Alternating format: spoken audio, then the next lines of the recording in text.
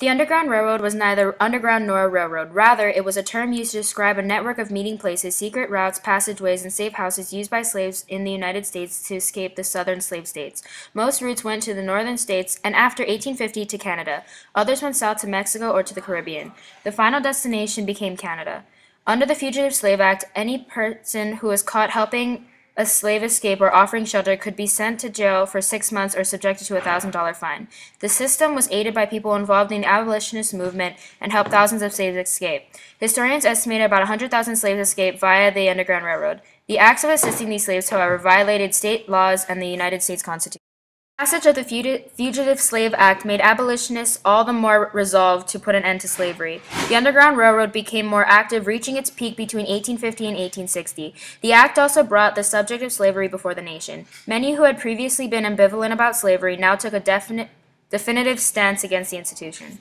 Harriet Tubman was an African-American abolitionist, humanitarian, and Union spy during the American Civil War. In 1849, she fled slavery, leaving her husband and family behind in order to escape.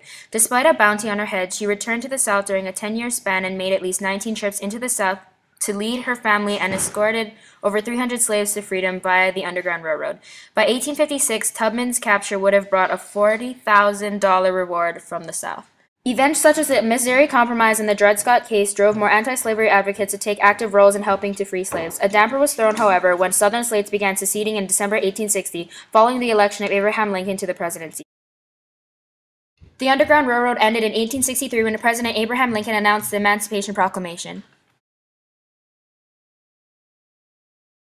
The Compromise of 1850 addressed the many concerns of slavery in certain states. Its main purpose was to help maintain the Union as one. It put an end to the slave trade in Washington, D.C., but did not end slavery in America. It caused even more problems when it evoked more abolitionist movement.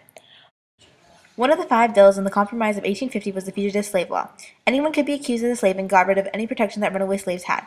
It required all citizens to help the catching of runaway slaves and denied slaves rights to the jury trial. This made the process of returning runaway fugitives much easier for their slave masters. Uncle Tom's Cabin was written in 1852 by Harriet Beecher Stowe. Stowe lived in Cincinnati and met with former and fugitive enslaved people. This novel follows 2 main characters. The first character, Tom, was sold by the Shelby farm family in order to pay debts. His life includes both relations with good friends and horrible slave owners. In the end, however, he is killed before he can have freedom.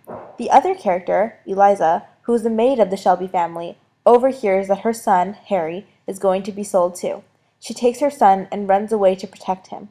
She then reunites with her husband, outruns a slave hunter, and meets up with other slaves, Emmeline and Cassie. As a group, they all run away together to Canada, then France, and finally end up in Liberia. Uncle Tom's Cabin was influential on America during this time. One of its major contributions to society was the establishment of black stereotypes. There was the happy darky, which were lazy and carefree characters. There were also mammies, who were affectionate and loving. The main purpose of Uncle Tom's Cabin was that Christianity could solve the wrongdoings of slavery. It sparked social revolution, with much more abolitionist movements, and eventually led up to the Civil War.